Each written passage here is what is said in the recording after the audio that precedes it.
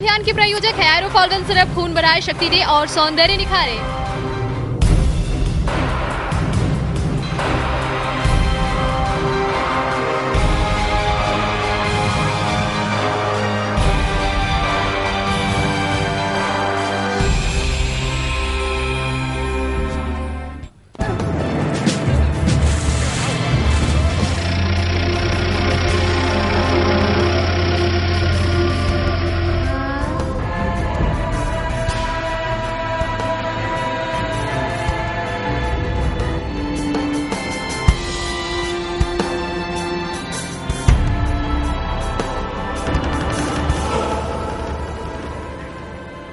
नमस्कार, आर्यन अभियान में आपका स्वागत है। मैं हूं सैयद हुसैन। आर्यन अभियान में भी बाढ़ की स्थिति पर चर्चा चल रही है। मानसून की शुरुआत में ही बाढ़ ने विकराल रूप अख्तियार कर लिया है। बाढ़ से अब तक अलग अलग जिलों में कई लोगों की जान जा चुकी है। बाढ़ पीड़ितों की सबसे बड़ी लाचारी इस बात को लेकर है कि उनके खेत भी गए, घर भी गए और खाने के भी फाके पड़ रहे हैं, लेकिन अभी भी सरकारी मदद का इंतजार है और बाढ़ पीड़ित बस इसी आस में है कि उन्हें मिलेगी सरकारी राहत। लेकिन इस विकराल स्थिति को देखने के बाद सवाल यह उठ रहा है कि आखिर बाढ़ नियंत्रण कोषांग क्या कर रहा है। पथ निर्माण विभाग और आपदा प्रबंधन विभाग ने मिलकर यह कोषांग बनाया था। इसके लिए विशेष फंड का भी इंतजाम हुआ था। कहां गया यह कोषांग? सावन आने से पहले ही कई लोग मारे जा चुके हैं और अभी तक इंतजाम के नाम पर केवल धोखा मिल रहा है। आज आपको एक ऐसी भी तस्वीर दिखाएंगे जहां दूल्हे राजा कैसे अपनी बारात को लेकर जा रहे हैं। उसे देखकर आपको भी हैरानी होगी, लेकिन शायद सरकार को बाढ़ प्रभावित लोगों का कष्ट दिखाई नहीं पड़ता। तो चलिए शुरू करते हैं आज का आर्यन अभियान।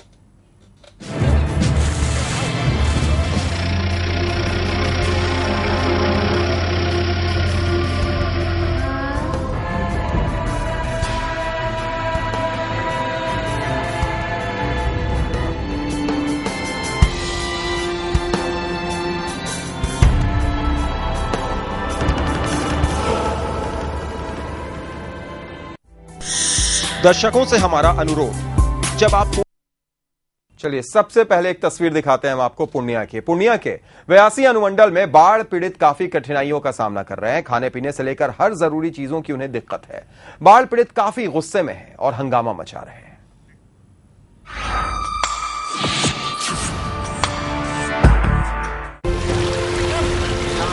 पूर्णिया का 82 अनुमंडल के काफी हिस्से में पानी भर चुका है।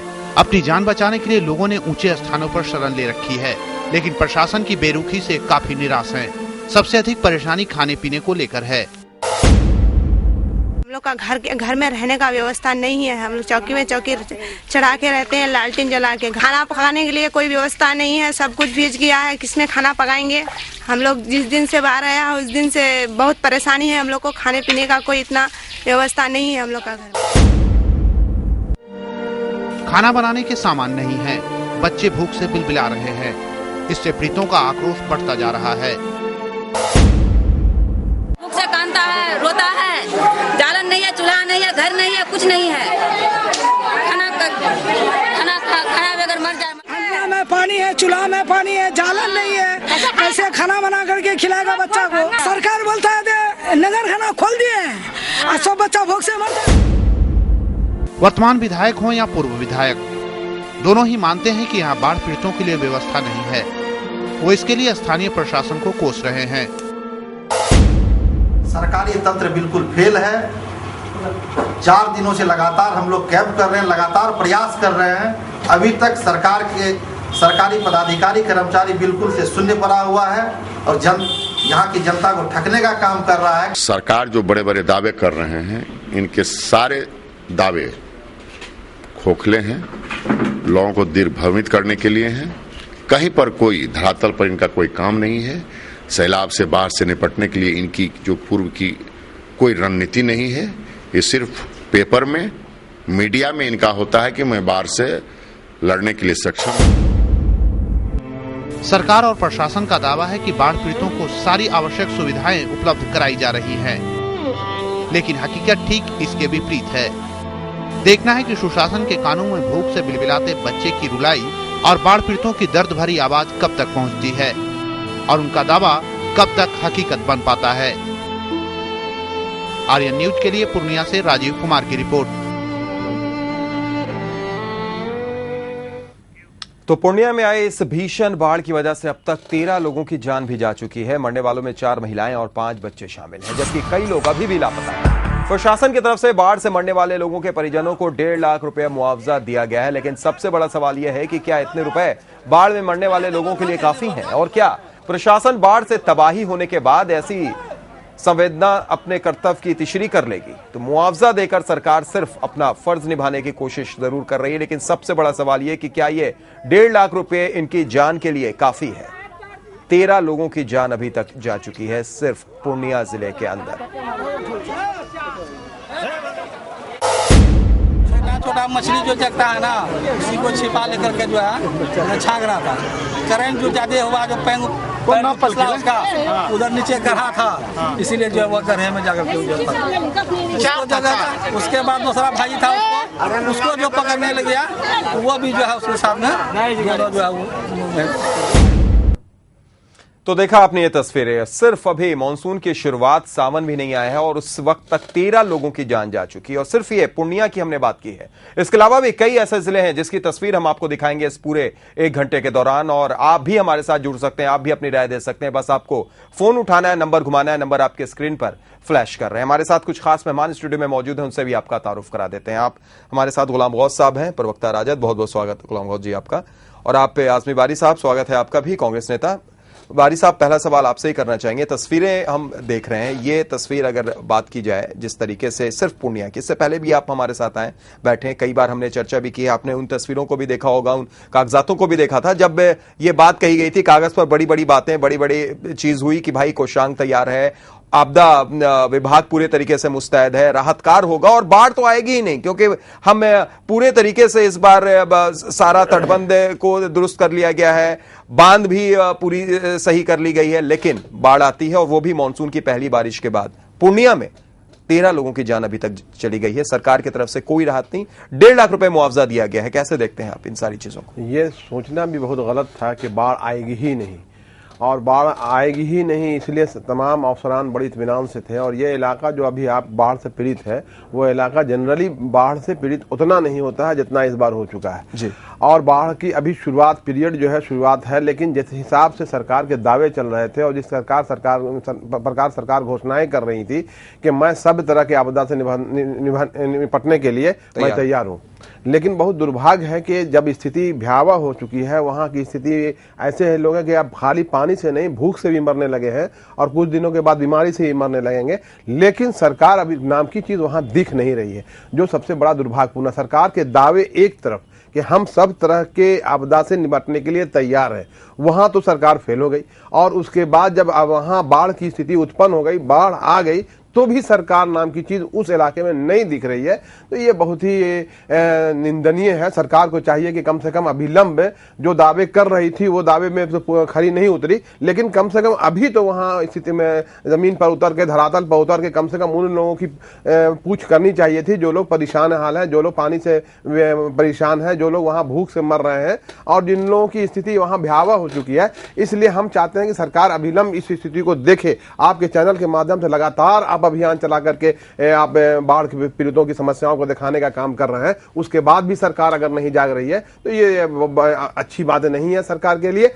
सरकार को अभिलंब जागना चाहिए, उन अफसरों पर कार्रवाई करनी चाहिए जो अफसरों के फीडबैक पर सरकार ने ये कहा था कि मैं सब तरह के आपदा से निपटने के लिए तैयार हूं। आखिर इतने छोटे से पानी में, इतने छोटे से बारिश में, उस इलाके में जहां बारिश में बाढ़ कम आती थी, आखिर क्यों आ गई, ये भी एक जांच का विषय है। लेकिन मैं अभी जांच की बात नहीं करना चाहता हूं। मैं अभी इसी चैनल के माध्यम से फौरन सरकार से मांग करता हूं कि अभिलंब उस स्थिति को देखते हुए वहां कार्रवाई करें और उन लोगों को राहत का पहुंचाने का काम करें जो वहां पीड़ित है, परेशान हाल है। बिल्कुल सही कहा बारी साहब आपने, तत्काल राहत की बात होनी चाहिए। गौस साहब, दूसरी तरफ अगर देखा जाए, आपने इन सारी तस्वीरों को भी देखा और उसके बाद 1.5 लाख रुपए मुआवजे दिए गए। इससे पहले भी किशनगंज की एक खबर आपको पता होगी जहां पर सिर्फ इसलिए कि सरकारी राहत नहीं मिली, एक व्यक्ति ने, एक शख्स ने अपनी जान भी दे दी थी, खुदकुशी भी कर ली थी। उसके बाद पूर्णिया में 13 लोगों की अभी तक जान जा चुकी है एक जिले के अंदर, और सरकार की तरफ से कोई राहत नहीं। ये कितनी बड़ी एक विडंबना हमारी है। ये आपने देखा है और हमने भी अखबार में पढ़ा है और टीवी इलेक्ट्रॉनिक चैनल पर भी देखा है कि पूर्णिया जिला में 92 गांव में बाढ़ आ गया मामूली से पानी से। 13 लोगों की जान चली गई। लेकिन हमको आश्चर्य नहीं है, अगर सरकार नहीं ध्यान दे रही है, शून्यहीन हो गई है, विवेकहीन हो गई है, कोई आश्चर्य की बात नहीं है। आप थोड़ा स्मरण करें 6-7 साल पहले की घटना, जब कुसा बांध टूटा था, हजारों क्या लोग तो बताते लाखों लोग दब गए। सरकार ने वादा किया, कमीशन बना कि रिपोर्ट आएगी और उसके बाद ये हुआ कि इनको पुनर्वासित किया जाएगा। मैं एक बहुत छोटी सी घटना बता रहा हूँ। मैं 2 पति पत्नी थे, एक सकीना खातून जो गांधी मैदान में रहती थी, विगत 6-7 साल से वो पुनर्वास की बाट जो रही थी, कल उसका इंतकाल हो गया, मर गई। तो हम लोगों ने मिलजुल के उसको मैंने पहुंचा दिया पिरमानी कब्रिस्तान में। ये सरकार की नीति और रीति ठीक ठाक नहीं। और जो ये इसका आपदा प्रबंधन विभाग है, फ्लड कंट्रोल विभाग है, तो सफ़ेद हाथी है, खाने पीने का जराया है ये, इससे लोगों का चलता है, पैसा बहुत ऊपर तक पहुंचाया जाता है। इसलिए इसके बावजूद भी मैं इस विवेकहीन शून्यहीन सरकार से मांग करता हूं कि वो सुध ले और जो लोग अभी प्रताड़ित हैं या पीड़ित हैं उनको राहत ज़्यादा से ज़्यादा पहुंचाने की कोशिश की जाए, बिना भेदभाव। चलिए, बिल्कुल, ये सबसे बड़ी बात है कि बिना भेदभाव की मदद की जाए। लेकिन गौस साहब, एक जो सबसे बड़ा सवाल ये है कि अभी सावन नहीं आया है, सावन आने के बाद तेज बारिश होती है और उसके बाद ऐसी स्थितियां हम देखते हैं जब अभी ये हाल है, तो कितना बड़ा ये अलार्म है सरकार के लिए कि अगर अभी भी आप नहीं जागे, 13 लोगों की जान सिर्फ पूर्णिया में गई है, दूसरे प्रखंडों में, दूसरे जिलों में अलग जाने जा रही है, और सिर्फ ये शुरुआती मानसून के बाद सीतामढ़ी में भी शुरू हो गया। जी, मैं आपको याद दिला दूं कि 15 दिन कबल, मतलब 15 दिन 20 दिन कबल, लगभग हाँ 25 दिन कबल खबर आई, जो कुसा बांध जहाँ इतनी बड़ी घटना घटी थी, वहाँ पर बहुत जगह उसके बांध में दरार आ गया था। आप लोगों ने टीवी पर दिखाया और सरकार के अफसरान उसको नकार रहे थे, अपना ऐप छुपा रहे थे। तो अभी तो प्रिंट आज तो आप लोग दिखा देते हैं, मेहरबानी है, लेकिन प्रिंट मीडिया के मालिक तो इतना मैनेज्ड हो गए हैं। जी, प्रिंट मीडिया, हाँ, प्रिंट मीडिया के बारे में कहें, चाहे उसके कोई भी मालिक हो, वो लिख नहीं सकती इस तरह की खबरों को। और सरकार उसके बावजूद भी बड़े बड़े दावे करती है, अखबारों में आता है। लेकिन उन सारे दावों के, उन सारे वादों की तो पोल खुल गई है गौस साहब, जो तस्वीरें हम देख रहे हैं। फिलहाल एक दर्शक इसी बीच बांका से हमारे साथ हरि प्रसाद जुड़ गए हैं। स्वागत है हरि प्रसाद जी, क्या कहना चाहेंगे आप? मेरा ये कहना है, सरकार जो बाढ़ के प्रति, जी, सरकार जो बाढ़ के प्रति होता है, जी, जो सरकार जब बाढ़ आ जाती है, जी, तब सरकार कहती है, जब लोग मिट जाता है, जब लोग बह जाता है, जी, तब लोग उसको सहायता देने का बात करते हैं। जी, जिस तरह सांप कहीं काट करके भाग जाए तो लोग उसको बिल पर जा करके लाठी मारता है कि हम सांप मार रहे हैं। वही हाल इस सरकार की है, नीतीश सरकार की है। जी, नीतीश सरकार जो है, जब बाढ़ से लोग बह जाते हैं, दह जाते हैं, जी, हर एक साल जो है उत्तरी बिहार में बाढ़ आता है, लेकिन बाढ़ में जो है सो पहले से न प्रशासन, न मंत्री, न कोई इनका जो है सो वहाँ पर ही कर पाते हैं, इसकी समुचित सुरक्षा दे पाते हैं, न समूचा जो है सो काम कर पाते हैं। आज बिहार जो है सो उत्तरी बिहार पूरे बाढ़ से त्राहिमाम है। अररिया, किशनगंज, मधुबनी, ये सब सारे लोग जब हम देख रहे हैं टीवी पर, तो लगता है कि सब लोग जो है सो कितना त्राहिमाम है।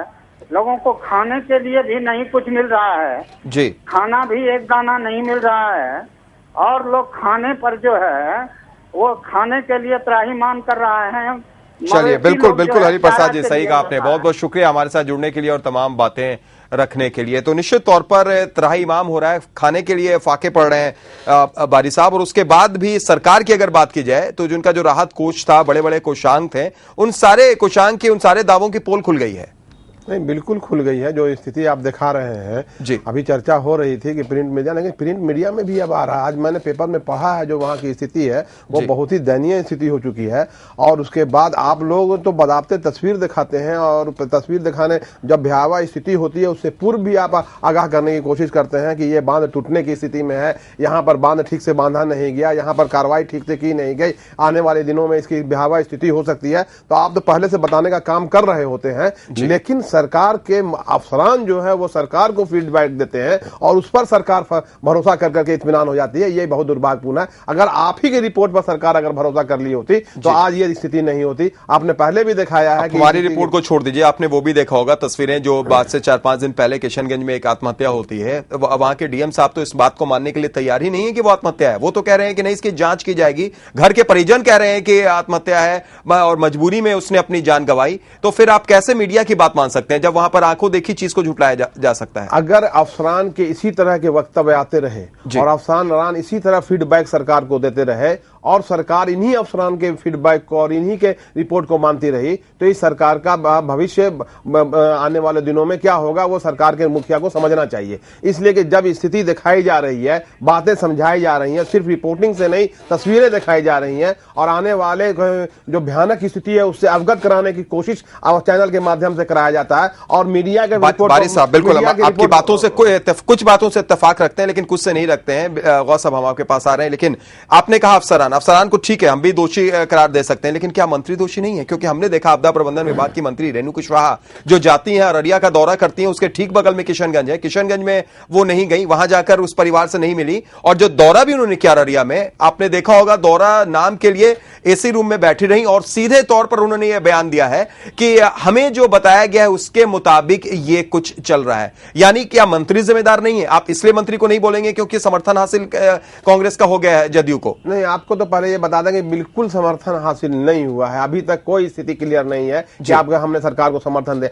सरकार को बचाने का इसलिए कि सांप्रदायिक ताकतों को रोकना था तो मजबूरी थी, इसलिए उसको किसी तरह से समर्थन से नहीं जोड़ा जाए। और अभी जो भयावह स्थिति है इसको राजनीति से रेणु कुशवाहा जो काम किया है वो निंदनीय काम है। उनको जितनी भी उनका आलोचना की जाए वो कम है। वो एसी में बैठी रही, नहीं गई, पीड़ित परिवारों से वो नहीं मिली। और मैं तो ये आरोप लगाऊंगा कि जो पीड़ित परिवार के लोग और वहां पर जो ज्यादा से ज्यादा लोग पीड़ित हैं वो अल्पसंख्यक समुदाय के लोग हैं, उसके बाद वहां वो नहीं गई तो ये तो बहुत ही अच्छी बात नहीं है। एक सरकार के मंत्री के लिए ये और भी अच्छी बात नहीं है। मंत्री की अच्छी बात नहीं है, बिल्कुल। हम आपके पास भी आ रहे हैं, लेकिन उससे पहले एक दर्शक मनेर से हमारे साथ नवीन जुड़ गए हैं। स्वागत है नवीन जी, आर्यन अभियान में क्या कहना चाहेंगे आप? जी सर, पहले तो मैं कहना चाहूंगा कि जनता के सामने जो होता है जी, सच्ची घटना जो दिखाया जाता है जी, बिना राजनीतिक दबाव के दिखाया जाता है जी, इसके लिए आर्यन चैनल को तो मैं बधाई देना चाहता हूँ। जी शुक्रिया, बोलिए। जी, नीतीश कुमार जो जनता जो परेशान है, भूख से परेशान है, पानी बाढ़ से परेशान है जी, तो उसको तो मैंने सुनने के लिए कान में तेल डाल के बैठे हुए हैं जी। मोदी जी के जो मंडली मैंने जो बयान देती है उन पर इनको मान के चलिए कि रोज बयान देने के लिए समय मिलता है इनको जी। अब बाढ़ से जो जनता परेशान है उसके लिए उनको समय नहीं मिलता है। जनता जो इनको पेमेंट मिलता है, तनख्वाह मिलता है, जनता के टैक्स के द्वारा इनको लाखों रुपया महीना मिलता है जी। इनको मंत्री आवास में इनको बैठने के लिए थोड़े तनख्वाह मिलता है इनको काम करना चाहिए। जनता को मान के चलिए कि जो समस्या है उसको निदान के लिए कोई माने इनको नहीं ध्यान देते हैं। चलिए बिल्कुल, पैसे का सही तरीके से इस्तेमाल होना चाहिए, लेकिन जो कोषांग बना था बाढ़ के लिए उसका भी इस्तेमाल नहीं हो रहा है। नवीन जी बहुत बहुत शुक्रिया हमारे साथ जुड़ने के लिए और अपनी बात रखने के लिए। गौस साहब कुछ कहना भी चाह रहे थे आप इससे पहले और आजमी बारी साहब की बातों पर भी आप प्रतिक्रिया दे रहे थे। मैं कह रहा था, आपने सवाल पूछा आजमी बारी साहब से, क्या मंत्री इसके लिए जिम्मेदार नहीं है? निश्चित रूप से जिम्मेदार है।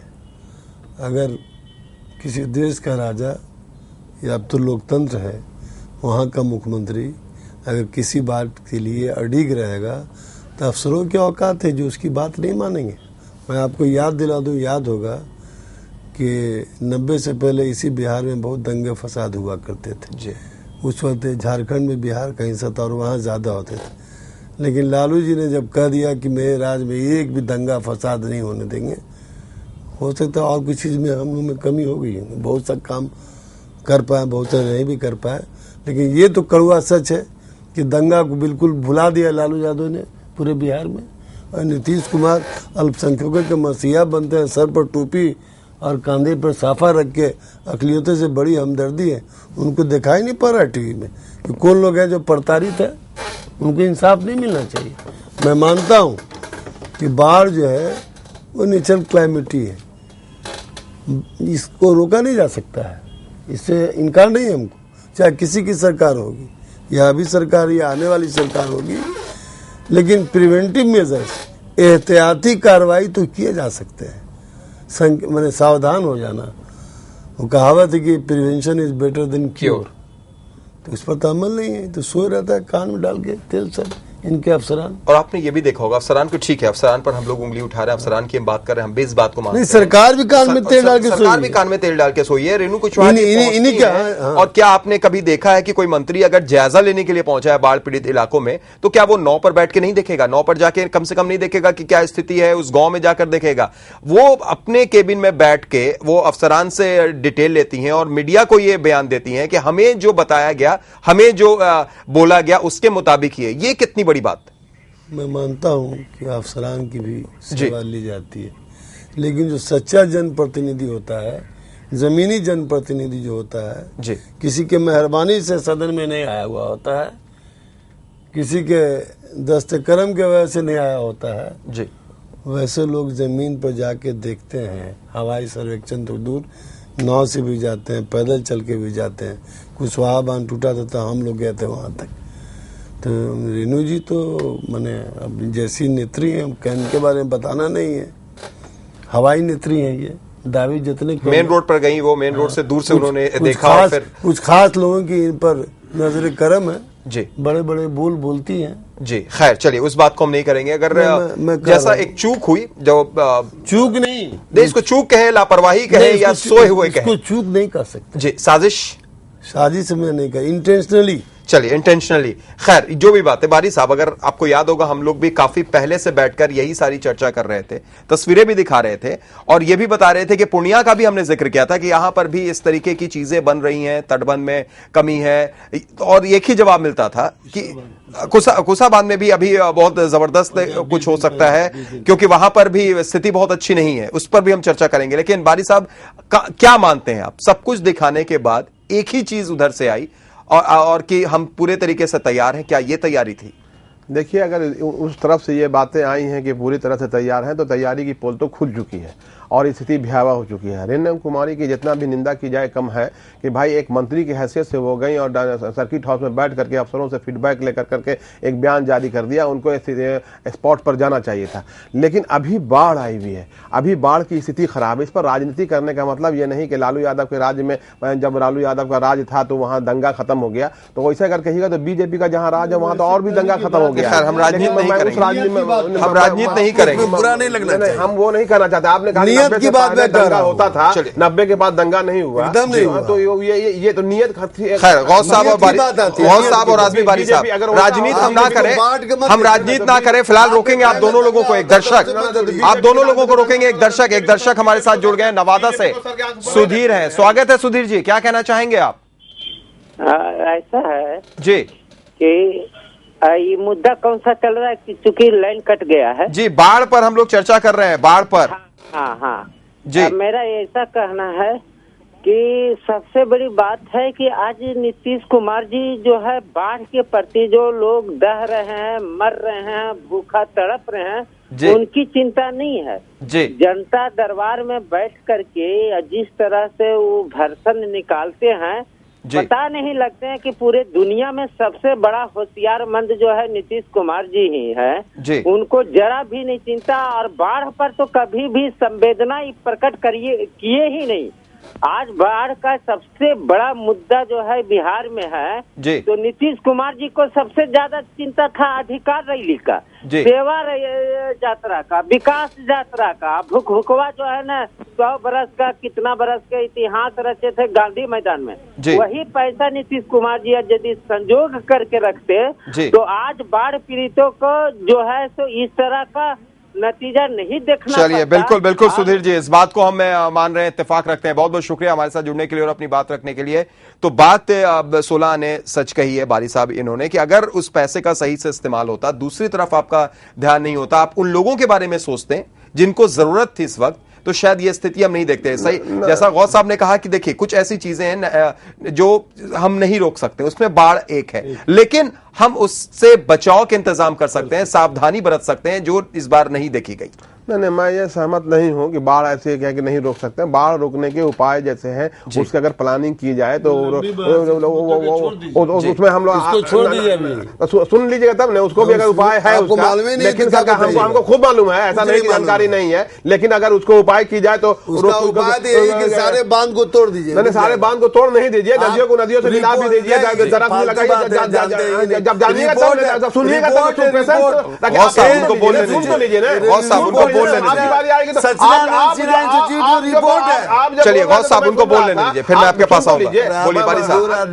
नहीं, आप रोकने की कोशिश कर रहे हैं, कमजोर आप इतने मजबूत आदमी के रोकने का काम कर रहे हैं। चलिए बोलिए। रोकने का काम ना कीजिए, बल्कि सुनने का काम कीजिए कि हम आप जब बोल रहे थे कि एकदम ऐसा नहीं है, लेकिन जब उसको स्थिति ऐसी है कि बाढ़ रोकने का हम लोग को सबसे पहले प्लानिंग तो होनी ही चाहिए कि ये जब हर साल बाढ़ से बर्बादी होती है, और इत्तेफाक से बिहार एक ऐसा बदकिस्मत राज्य है जहां के बिहार का एक हिस्सा जो नॉर्थ बिहार का वो बाढ़ से पीड़ित होता है और साउथ बिहार सुखाड़ से होता है, और इससे करोड़ों रुपए का नुकसान और सरकारी पैसा और जान और माल का नुकसान होता, जान और माल का नुकसान होता रहता है। तो कहीं ना कहीं इसको परमानेंट सॉल्यूशन जरूर होना चाहिए भारत सरकार के माध्यम से। चलिए परमानेंट सॉल्यूशन में अगर दे रहे हैं, परमानेंट सॉल्यूशन में दे रहे हैं, तो फिर क्या हम सावधानी बरतने के लिए उपाय नहीं करेंगे? मैं वहीं पर आ रहा हूं, हम ये कह रहे हैं परमानेंट सॉल्यूशन भी है, इसका कम किया जा सकता है। बाढ़ को एकदम अगर नहीं रोका जा सकता है तो उसको कम करने की कोशिश किया, नदियों को नदियों से मिला करके, या जो दरख्त से जो पहाड़ से पानी आ रहा है उसमें दरख्त लगा करके, इस तरह के उपाय हैं। सबसे छोटा उपाय जो ये था कि नेपाल से हम बात करके जो पानी छोड़ा जाता है उस पर रोक सकते थे, वो आज तक तो बात नहीं हुई है।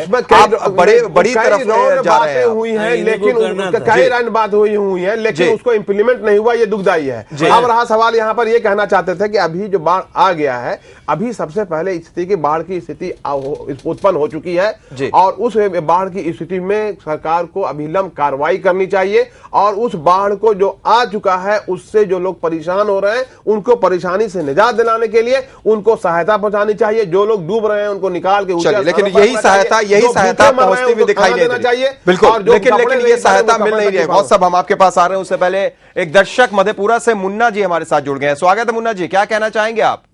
मैं सुन रहा था अभी रेणु कुमार, वो मधेपुरा जिला के बगल की हैं, मंत्री हैं जी, आपदा प्रबंधन मंत्री जी। हमारी समझ से जी उस विभाग का नाम लूट प्रबंधन विभाग रखा जाना चाहिए जी, क्योंकि देखिए बाढ़ तो बिहार में हर साल आना है जी। तो सुखाड़ के समय में ही ना उसका मतलब व्यवस्था, समुचित व्यवस्था बाढ़ की रोकथाम के लिए होनी चाहिए जी। अब बात रही नेपाल की, तो नेपाल से भारत सरकार बात करे। अब कभी गेंद नीतीश कुमार भारत सरकार के पाले में फेंकती है, फिर भारत सरकार कहती है बिहार सरकार का दोष देती है। चलिए बिल्कुल यही बात यहाँ पर भी हो रही है कि इसको केंद्र सरकार को बात करना चाहिए, इंटरनेशनल मैटर है, लेकिन सिर्फ कोशिशें जारी हैं, जैसा बारी साहब ने कहा, दुखदाई है। एक दर्शक पटना से राकेश जुड़ गए हैं। स्वागत है राकेश जी, क्या कहेंगे आप? नमस्कार सर। नमस्कार, बोलिए राकेश जी। हम बोलना चाहेंगे जो हुआ है जी, बाढ़ के लिए नीतीश कुमार पूरा विकास पुरुष से विनाश पुरुष हो गए हैं जी, और नीतीश कुमार ने हर चीज में फेलियर साबित हुए, शिक्षा के क्षेत्र में हो चाहे वो कृषि क्षेत्र में हो जी। ये तभी कल्याण होगा जब मुसलमानों के मसीहा राजद के नेता डॉक्टर श्री लालू प्रसाद यादव की सरकार जब तक नहीं आएगी तब तक बिहार का कुछ नहीं होगा। मैं तमाम जनता को आपके माध्यम से कहूंगा जी कि वोट फॉर आरजेडी एंड। चलिए ये तो राजनीति की बात है राकेश जी, बहुत बहुत शुक्रिया हमारे साथ जुड़ने के लिए और अपनी बात रखने के लिए। गौस साहब, उस मुद्दे पर आप कुछ कहना चाह रहे थे जब बारी साहब बात चल रही थी। हमारे साथी हैं लेकिन कभी कभी थोड़ा ज़्यादा एग्जाइटेड हो जाते हैं। मैं बता रहा था, बड़ी ईमानदारी से मैं कह रहा हूँ, हमारी भी सरकार क्यों ना आ जाए, कुछ चीज़ को आप नहीं रोक सकते हैं। भूकंप को कोई रोक देगा, सुनामी को कोई रोक देगा जी, उत्तराखंड में जो हुआ उसको कोई रोक सकता है, बाढ़ को कोई रोक सकता है, नेचुरल कैलामिटी आप रोक नहीं सकते हैं, लेकिन उसके बहुत सारे प्रिवेंटिव मेजर्स हैं। भले अभी भूकंप के बारे में आप पहले से फोरकास्टिंग नहीं कर सकते हैं, लेकिन उसका भी सिम्टम्स है, कुछ जानवरों को इसकी आगाही हो जाती है, उसके माध्यम से भी लोग प्रिवेंटिव मेजर लेते हैं। मैं ये कह रहा था कि अगर सरकार की नीयत साफ हो तो इसके इंतज़ाम एहतियाती कार्रवाई की जा सकते हैं। और आप बारी साहब बोल रहे थे सदानंद 1935 में सदानंद सिन्हा इंस्टीट्यूट में इसी मौजू पर जो है काफ़ी लोग अमेरिकन एक्सपर्ट आते सारे आए थे, उन लोगों ने तो रिपोर्ट यहाँ तक दे दिया ये जो बांध हम लोग बांध रहे हैं, ये जो एक दिन खतरे की घंटी, नदी की आजादी खत्म हो रही है। आजादी खत्म नहीं हो रही है, आपके लिए तबाही मचाएगा। और ऐसे गांव घर में कहावत था कि 2.5 दिन में बुखार, 2.5 दिन में बाढ़ खत्म हो जाए, पानी फैल गया, खत्म हो गया। लेकिन ये जो मसला पैदा हो रहा है, नदी ऊपर गांव नीचे, मैं उसको रोक नहीं रहा हूँ। नदियों को जोड़ें, दिलों को जोड़ें, जिसको जोड़ना है जोड़ लें, उससे हमको इनकार नहीं है।